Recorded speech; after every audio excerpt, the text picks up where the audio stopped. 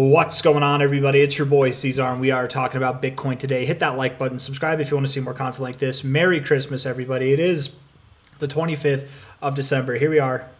Happy holidays, whatever you celebrate. This, if you don't celebrate, good for you. You're probably saving money. But 98.1K is the price that we're sitting at now. If we look at this thing on a daily time frame, with yesterday's move, it was a 4% move. We engulfed 5 days of daily closes, right? This day here, the fifth day, it did open higher, but the closing price was lower than what we just closed yesterday. So that's 5 days of closing prices that we just engulfed in one day, and that was Christmas Eve. So hopefully we do get a little magic Santa Claus rally. We're very prone to that for Bitcoin, especially this time of year. These Santa Claus rallies are a thing, but I got to say, this kind of dip that we've experienced recently, this is not the behavior that we normally see at this point in the year, especially in an election cycle. But that's okay. Not everything's going to be the exact same. Instead of a Santa Claus rally, maybe we have a New Year's Eve baby rally, right? Something like that. Maybe it's just a week postponed, but it is coming. We are moving up.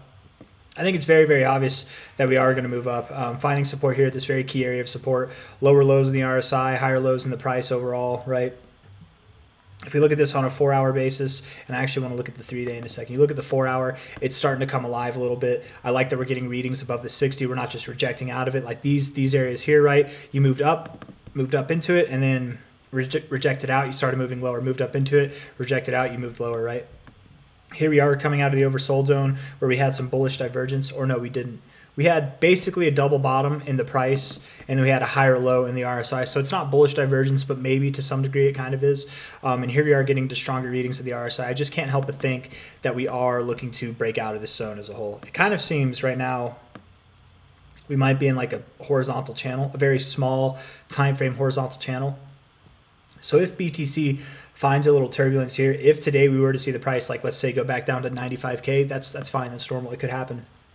But I would expect, if not today, Christmas Day, then definitely tomorrow, sometime by the end of the week, we are working higher and working our way back up to the current all-time highs and new all-time highs. So you guys, something crazy, or at least I don't know how crazy it is, but I think it's kind of crazy. Let's look at this.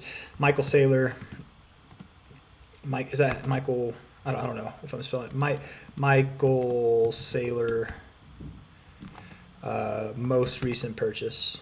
It's actually MicroStrategy's purchase, but whatever. No, not this one. If we go to news, maybe. Let's see. 1 day ago. Was it this one? No. Maybe I'll just type in MicroStrategy, MSTR, news, real quick. Here we go. All right. $299 million Bitcoin gift to MSTR holders. Is that right? Is that the thing that I'm reading, or that I read earlier? Let's see. This BTC yields roughly $209 in a Christmas gift. Okay, no. That's not what it was. Let's see. It was actually something like this. Let's see. Okay, this is what it was on Monday. Okay, and this was written, by the way, this was written 13 hours ago. So Monday, today is Wednesday, right? Christmas. It's actually Tuesday where I'm at. So this would have been yesterday, technically, right? Within like a 48-hour period ago, MicroStrategy did buy. They made a purchase of $561 million worth of Bitcoin, BTC, at a approximately $107,000 value on average per coin. So that, if you stuck with the headache of trying to find that information, that's interesting, right? Because you have quite literally the largest single asset entity holder of Bitcoin in the world who just laid down their most recent purchase at $500 million. They averaged their price at the current all-time highs. This moment up here, right, where we were at 108K, this right here, with all this low level of volume, right?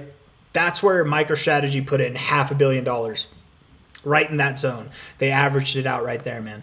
And the cool thing about that, a lot of people might look at that and be like, isn't that bad? Isn't it bad that it went down and they averaged at a higher price? MicroStrategy's total average, I'm pretty sure, for per Bitcoin is it that? Yeah, 62. Yeah.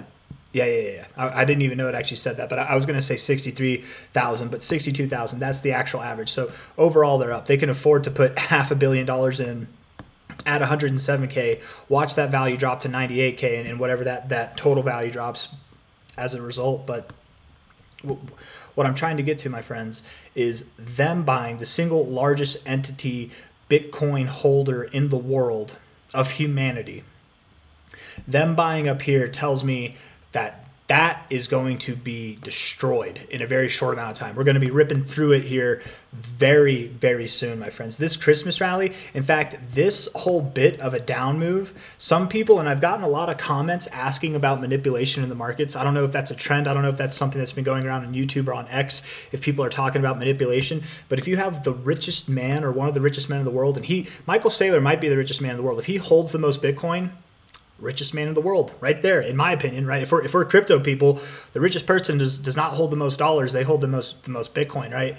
The most crypto. That's this guy, the richest guy in the world, bought up here. I would assume that this is a manipulated effort, if there was any manipulation. Call it what you will, but it was a recourse of this very large purchase. This is a opportunity for the big dogs to load up one more time at prices lower than what Saylor just bought, right? Load up, reallocate, and get ready for the big move up. They move down like this to provide liquidity, shake out the weak hands. Any of the retail buyers that bought here or bought here, and they thought, woohoo, we're breaking out to new all-time highs. It's a nonstop party all the way up, and then we pulled back. This kind of move scares people out. It's literally called a shakeout by definition for that reason.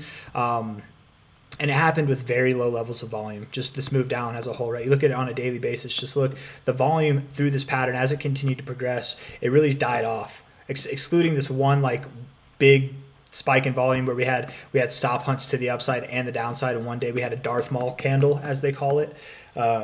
Volume really was dying on average day after day. So on this move down especially, that was the most fierce move we had throughout this whole range, with some of the least fierce volume that we had in this whole range. So I definitely think this will get eaten up. I think it's going to go to the upside.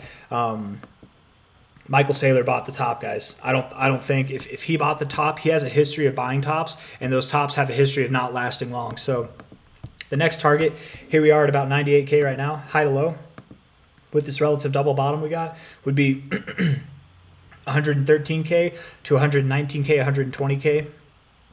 These are potentially end of the year targets, and absolutely we could go higher by the end of the year. The targets for 123 to 142K remain on the table for the end of January. That is where I think we're going to go, with a more specific target right there at about 132K.